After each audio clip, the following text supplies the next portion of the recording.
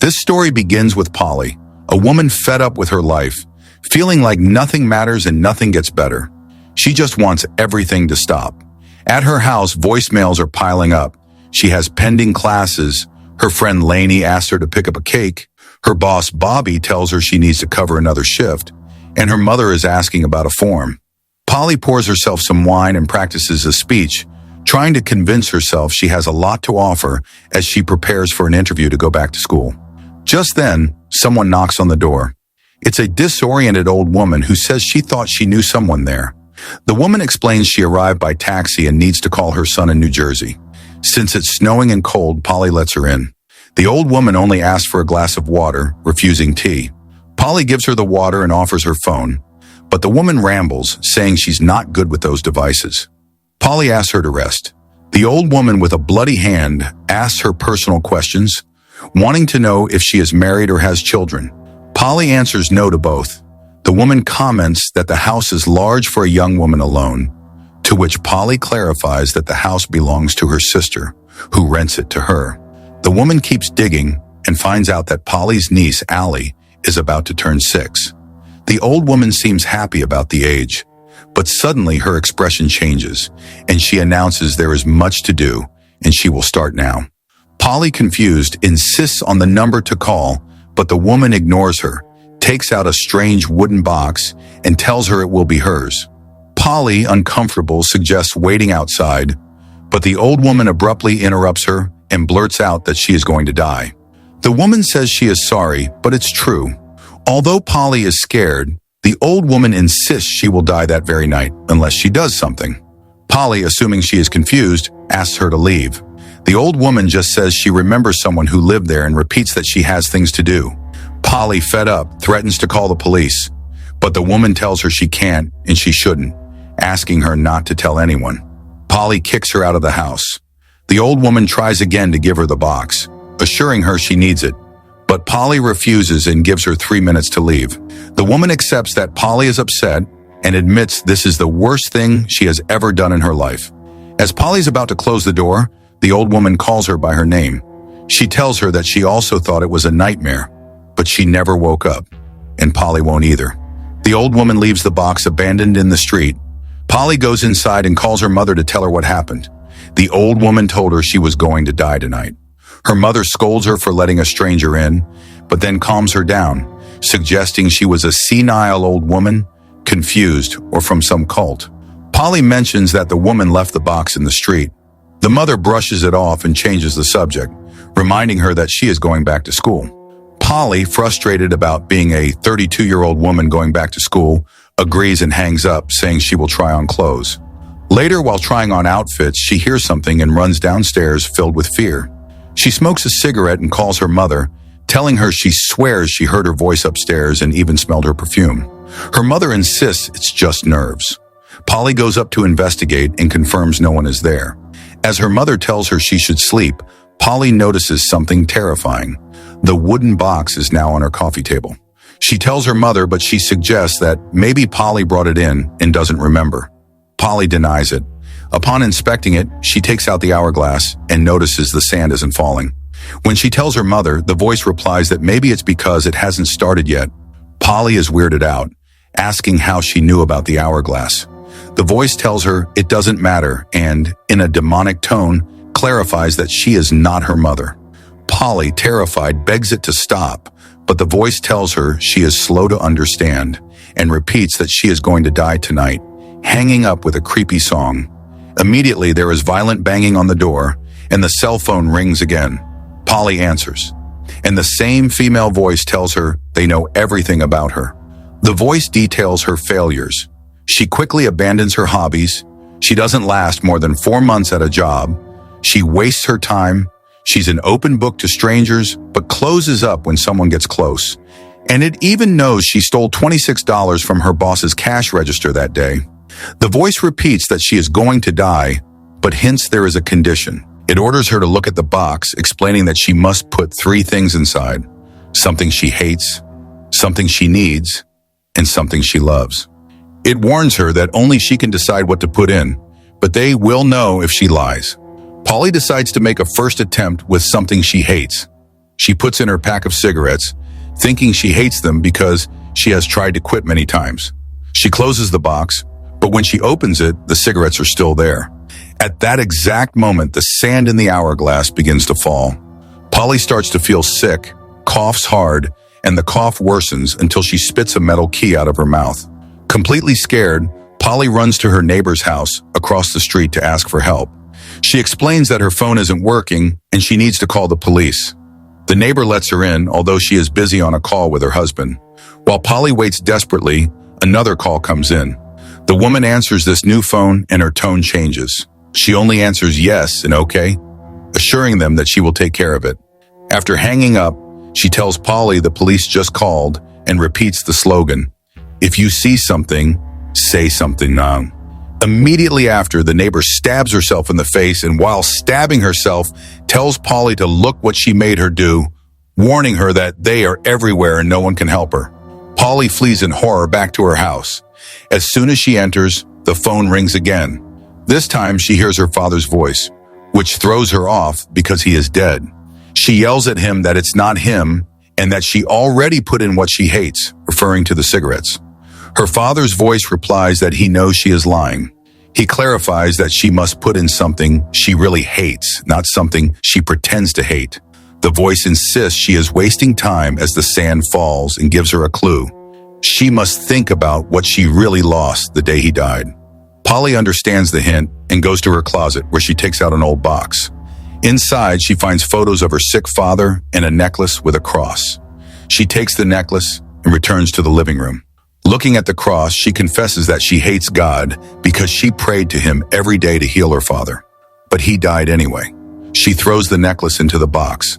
When she closes and opens it, the necklace has disappeared and the hourglass has reset. At that moment, she hears someone calling her from a large mirror in the living room. Polly approaches and sees her own reflection smiling at her sinisterly. The reflection begins to talk to her, insulting her and yelling that she is dead. Just then, the phone rings once more. It's her sister, Lainey, who sounds annoyed.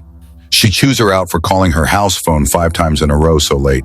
Lainey asks her what is going on, since in the calls Polly told her, terrified that someone had died and something bad might happen to her niece, Allie. Polly, confused, assures her she didn't call her. Lainey doesn't believe her and tells her she is looking right at her, that her car is outside her house. Polly completely panics, yelling at her sister that isn't her and not to let her in, but the call cuts off.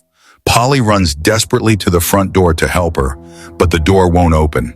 It's locked. She tries the back door and tries to break a window, but it's useless. She's trapped. Crying, she yells at the box to give her a sign, to tell her what she needs. Immediately, the TV turns on by itself, showing an old home movie. In the video, a little girl's feet are seen while someone plays with her toes, reciting, "This little piggy went to market." The video repeats, focusing on the toes. Polly doesn't want to accept what the box is asking for, but the video is intercut with horrible images of her niece, Ali, injured and suffering. Understanding she must do it to save her family, Polly, crying in pain, cuts off her pinky toe and throws it into the box. She runs to the kitchen to bandage the wound, but when she returns, she sees in horror that her toe is still in the box. The offering was rejected. The TV turns on again with the same video, but this time, her evil reflection in the mirror clarifies the mistake. It shows her that what she really needs isn't the toe, but the finger she uses to smoke, her index finger. Seeing that the sand in the hourglass is about to run out, Polly, broken, cuts off her index finger and puts it in the box. Instantly, the lights go out. When Polly makes a tourniquet and opens the box, she sees that both digits have disappeared. The hourglass resets for the second time, and the front door opens by itself. The girl runs, limping, to her sister's house, finds it open, and enters screaming her name. When she goes up to the second floor, she finds the worst scene. Her sister Lainey and her niece Ali are in bed, lifeless. Polly grieves and yells at them that they didn't do anything wrong. While she cries, all the phones in the house ring at the same time. Polly answers one and hears her niece Ali's voice, who tells her she must keep playing because they aren't finished. Polly, heartbroken, asks if they killed them, but the girl's voice replies no, that it was Polly's fault for messing up so many times. The voice tells her she took the easy way out and that she must suffer so as not to suffer, insisting she must think of something she truly loves. Polly, thinking of her niece, goes up to Allie's room with a knife. The voice on the phone torments her, suggesting she cut off her nose or eyes for the box. However, Polly decides to just cut a lock of her hair. The voice warns her to think hard if it's the right thing, reminding her that messing up has consequences. Even so, Polly puts the lock of hair in the box, saying she will always love her niece. The call cuts off, and when she opens the box, the hair has disappeared.